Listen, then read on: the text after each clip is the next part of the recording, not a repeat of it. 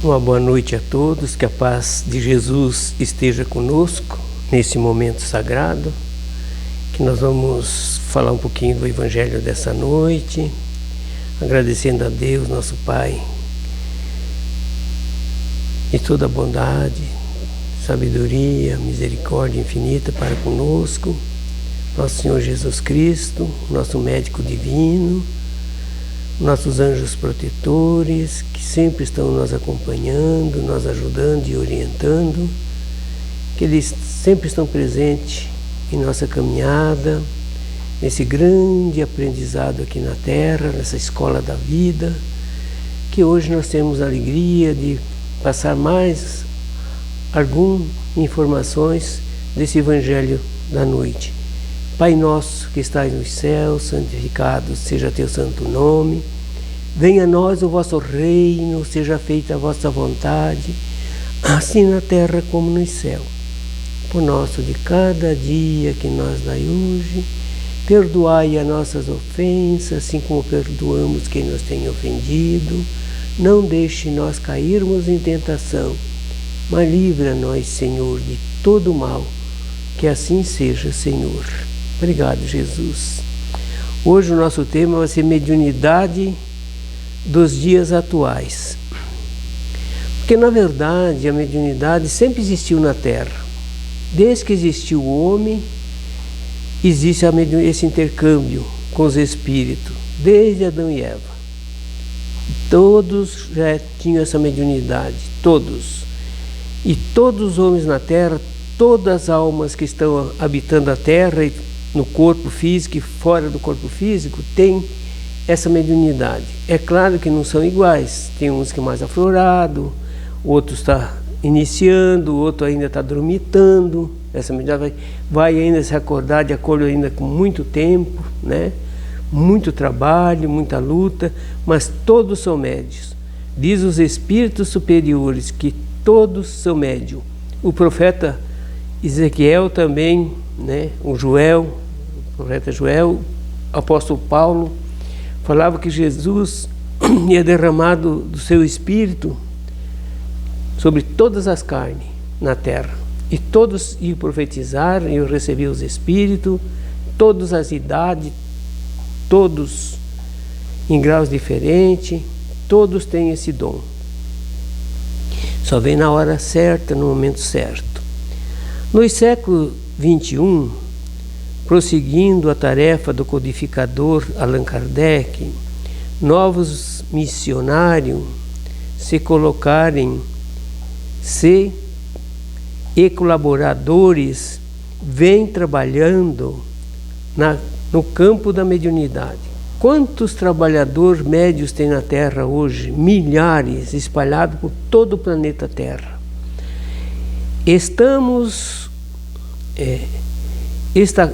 Destacamos o trabalho dos médios. Francisco Cândido Xavier, que foi um dos maiores médios que passou pelo Brasil, até pelo planeta nessa época do século passado. Francisco Cândido Xavier, Ivone do Amaral Pereira, Divaldo Pereira Franco, através de obras psicografadas, ditadas por inúmeros espíritos programados pela espiritualidade superior, trazendo luzes, esclarecimento, consolação e orientação para todos os que buscam na doutrina dos espíritos a orientação das suas vidas. A gente está dizendo aqui esses médios, mas tem centenas de médios aqui no Brasil e espalhado pelo mundo, centenas, e grandes médios, Raul Teixeira, Barcelli, né? João Nunes Maia, quantos grandes médios que passaram pelo Brasil e estão reencarnados no Brasil. Tem uma falange de milhões de espíritos aqui no Brasil e no planeta Terra, trazendo estas informações do mundo espiritual. Então vamos lá. Neste retrospecto, analisando o fenômeno do mediúnico através dos tempos, ressaltamos a programação espiritual superior, visando sempre o progresso moral, intelectual da humanidade, confirmando a indicação de Jesus para nós e de Allan Kardec no capítulo 27 do Livro dos Médiuns, atribuindo à mediunidade duas finalidades fundamentais: para dar aos homens o conhecimento da verdade, porque todas as boas novas veio do mundo espiritual, todas as narrativas das boas novas veio do mundo espiritual. É só ler as Escrituras. Todos os apóstolos, os profetas, todos vieram tendo inspiração do mundo espiritual. A própria Escritura, né, foi inspirado por ordem dos Espíritos, porque esses apóstolos, profetas, eram médiuns. Porque não tinha essa palavra médium na época, né, mediunidade. Mas não existe profeta se for médium. Como é que um profeta vai se comunicar com os Espíritos e trazer as profecias do futuro se ele não tiver a comunicação dos Espíritos, a orientação dos Espíritos? É evidente. Então os profetas, os apóstolos, são grandes médiuns na Terra. Vamos lá.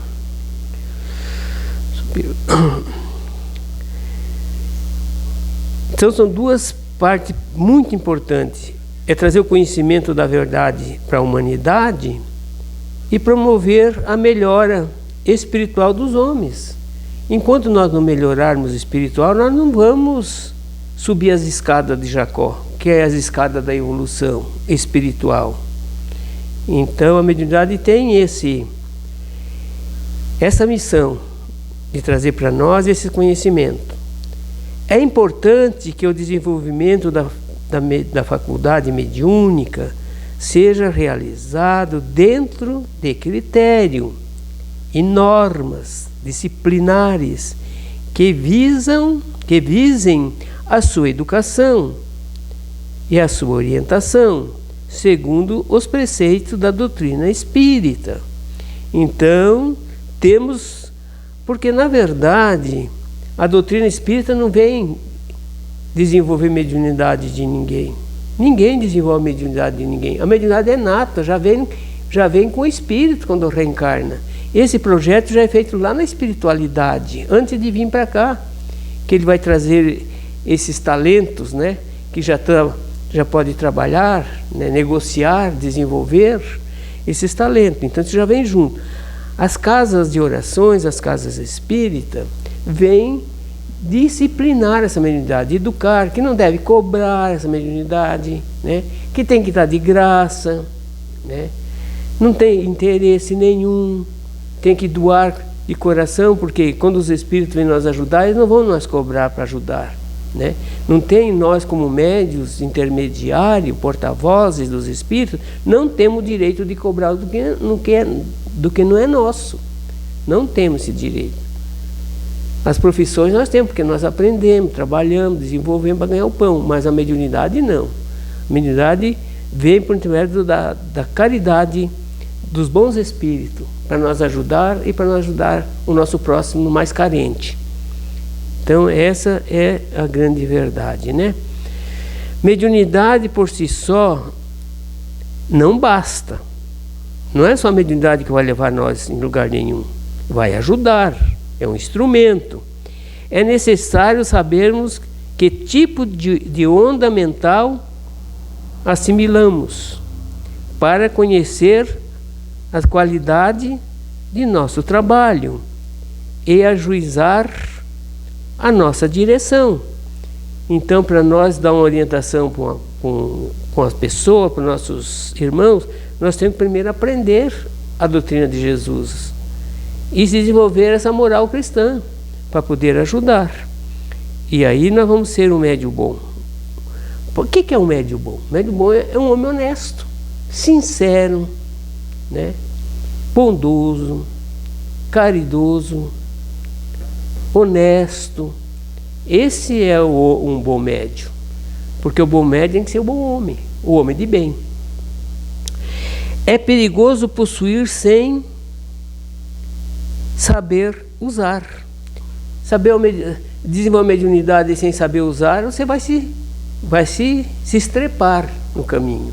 Por quê? Porque você vai começar a cobrar, vai começar a explorar, vai começar a enganar, vai começar a dizer, eu recebi isso, falei com Deus, falei com Jesus, isso aí não está correto. Porque para falar, Deus não vem falar com nós. Vêm os espíritos, amigos, irmãos. Esses vêm por ordem de Jesus Cristo, né? Então nós temos que ter muito cuidado, porque para nós passar essas informações, nós temos que ser um homem de bem.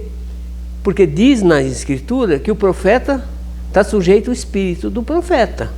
O espírito do profeta está sujeito ao profeta. Olha o grau de evolução.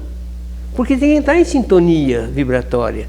Como é que uma pessoa que é cheia de vício, cheio de mentira, cheio de tanta coisa ruim, como é que ele vai receber? Vai entrar em sintonia com os espíritos bons? Não tem como. Ele vai entrar em sintonia de espírito que pensa que nem ele, que age que nem ele. Daí vai fazer o quê? Vai ajudar quem? Né? Um doente não ajuda outro doente, disse Jesus. E um cego não pode guiar, vai guiar outro cego? Vai cair os dois no buraco. Então o médium não pode ser cego, ele tem que saber discernir o mal do bem e o bem do mal, para poder ajudar. Porque quando você não saber discernir, você vai ajudar quem? Então é perigoso não saber usar a mediunidade, que pode, né, extrapolar aquilo que você não conhece. O processo do desenvolvimento da mediunidade será contínuo e permanente. Não existe um tempo previsto ou um prazo a ser cumprido, pois estaremos sempre desenvolvendo as nossas aptidões mediúnicas, ao mesmo tempo em que evoluímos dentro da programação de nossas vidas. Então, o trabalho, o desenvolvimento mediúnico é contínuo, é perpétuo, é eterno.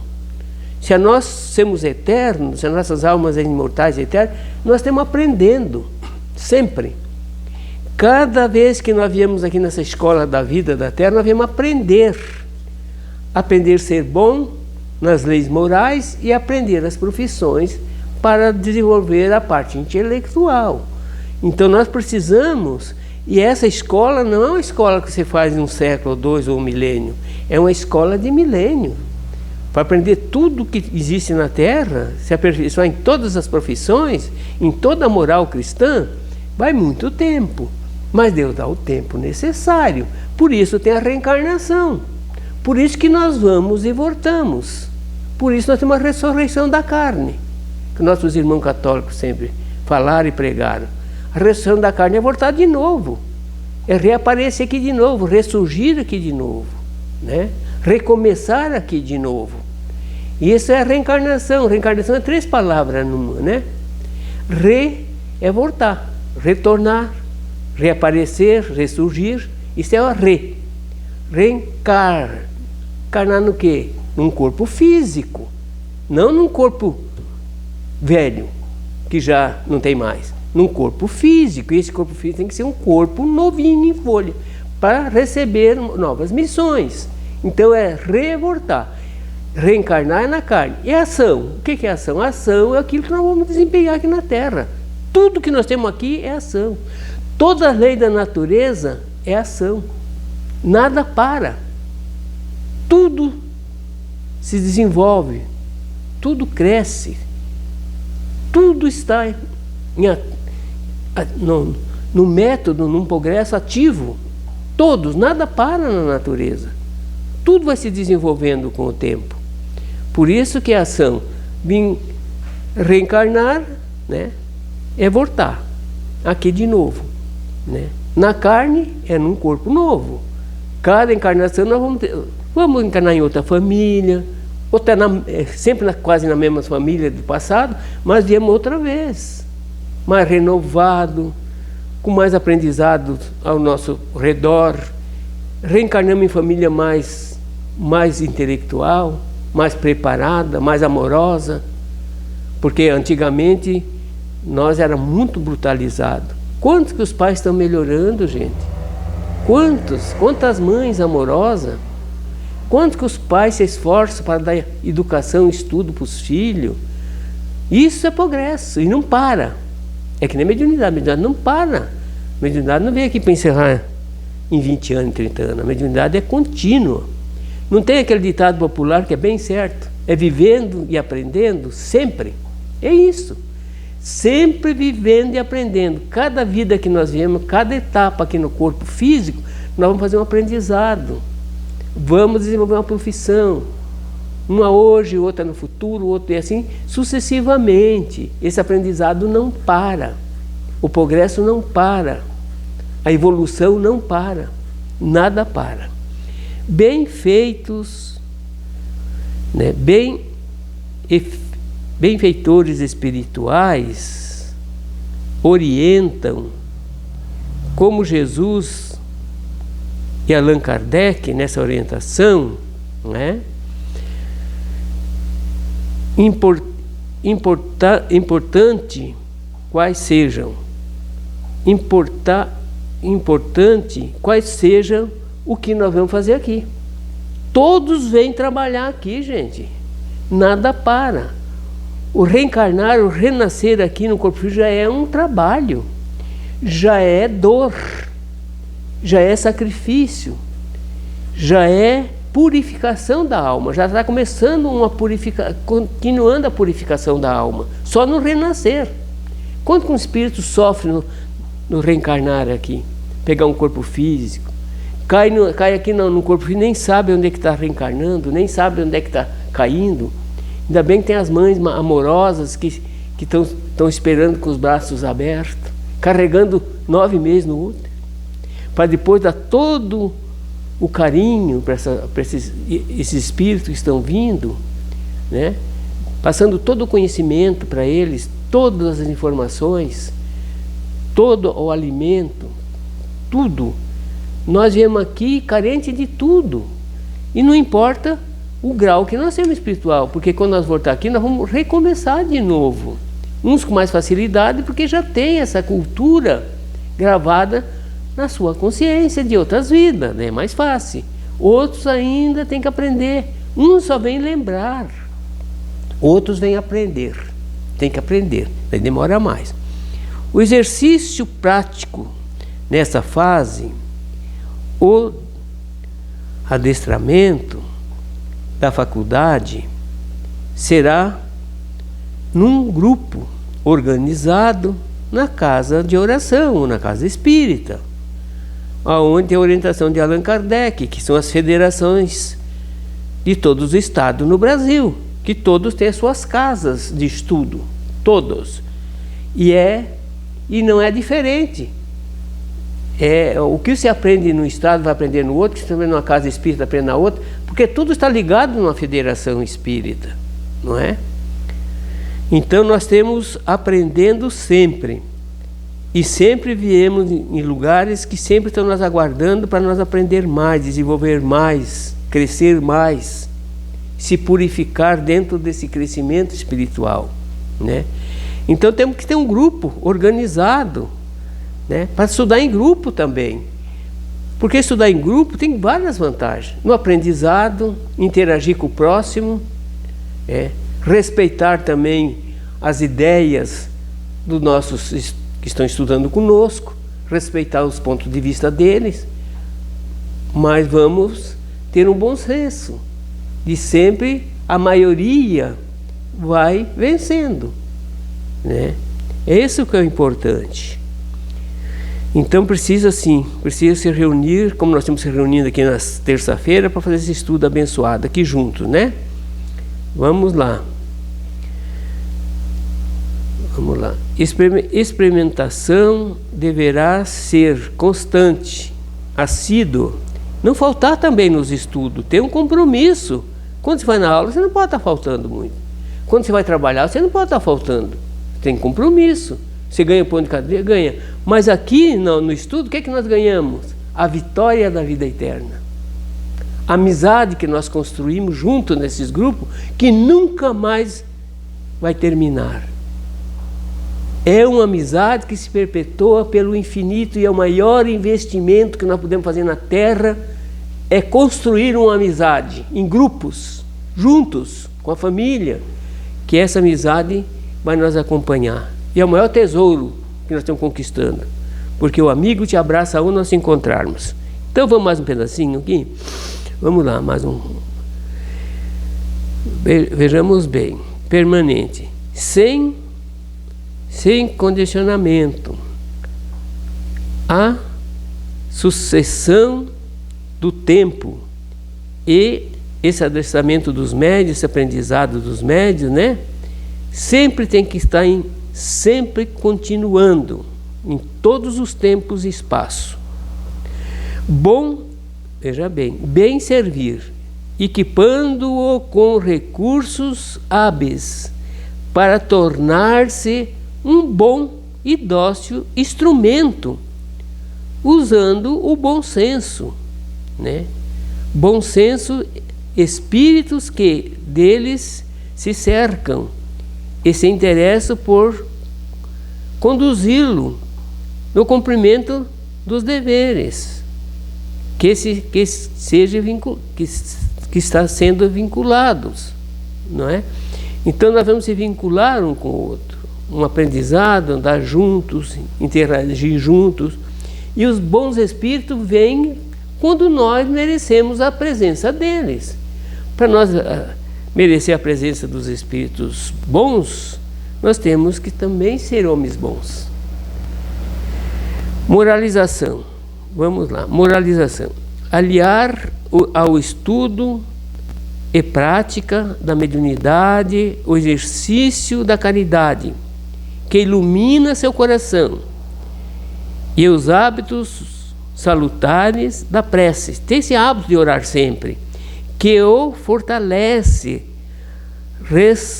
resguardando-o das influências negativas, né, tão prejudiciais em seu equilíbrio físico e espiritual.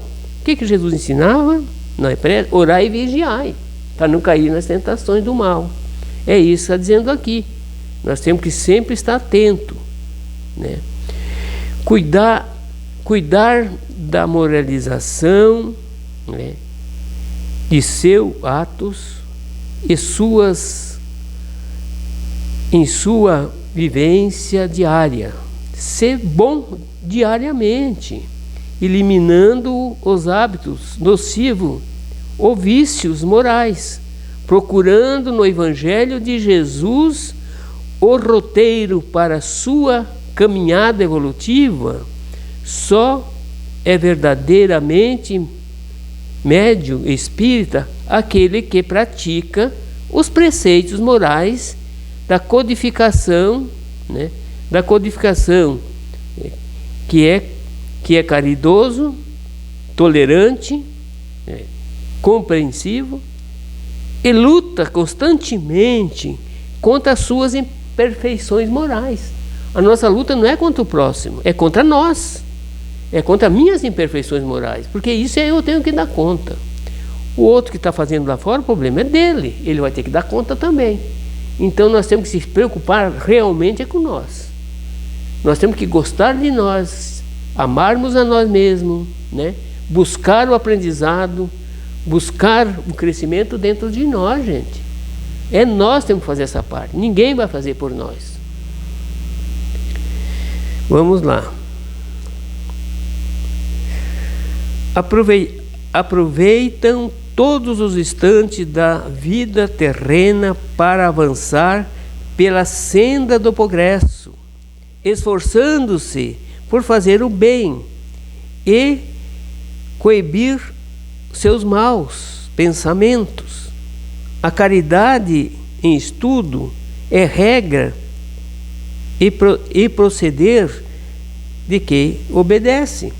Então, esse estudo que nós desenvolvendo, esse proceder bem dentro da lei da caridade, é o nosso crescimento espiritual, que nós obedecemos essas leis de Jesus.